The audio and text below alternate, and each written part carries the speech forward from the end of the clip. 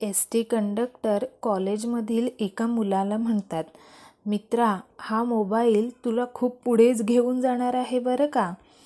College Kumar, thank you. हां, पण ते कसं काय? कंडक्टर म्हणतात, कारण तुझा स्टॉप कधीच निघून गेलाय. आता पुन्हा पुढचं तिकीट घे. शिक्षक, या धर्तीवर असलेली प्रत्येक वस्तू महत्त्वाची आहे, नाही का? बन्या शिक्षकांना म्हणतो, हो सर. कुत्रं पाठी लागलं ना की तेव्हा रस्त्यावर पडलेल्या दगडाचं महत्त्व कळतं. बंटी पप्पांना म्हणतो, पप्पा, तुमच्या डोक्यातले काही केस पांढरे कसे झाले? पप्पा, कारण जेव्हा जेव्हा तू मला त्रास देतोस ना तेव्हा तेव्हा माझा एक केस पांढरा होतो. बंटी, हां, आत्ता कळलं.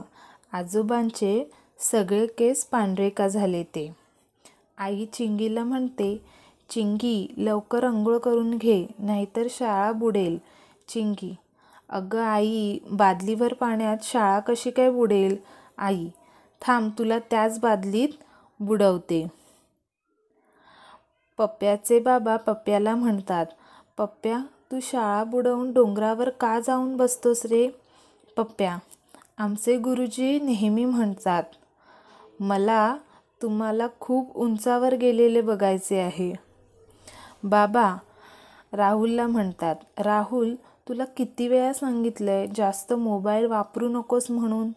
राहुल बाबांना म्हणतो, हो बाबा, म्हणून मी एकच मोबाईल वापरतो.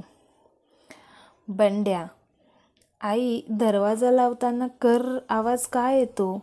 आई, जिथून आवाज येतो तिथं तेल घाल, मग आवाज येणार नाही.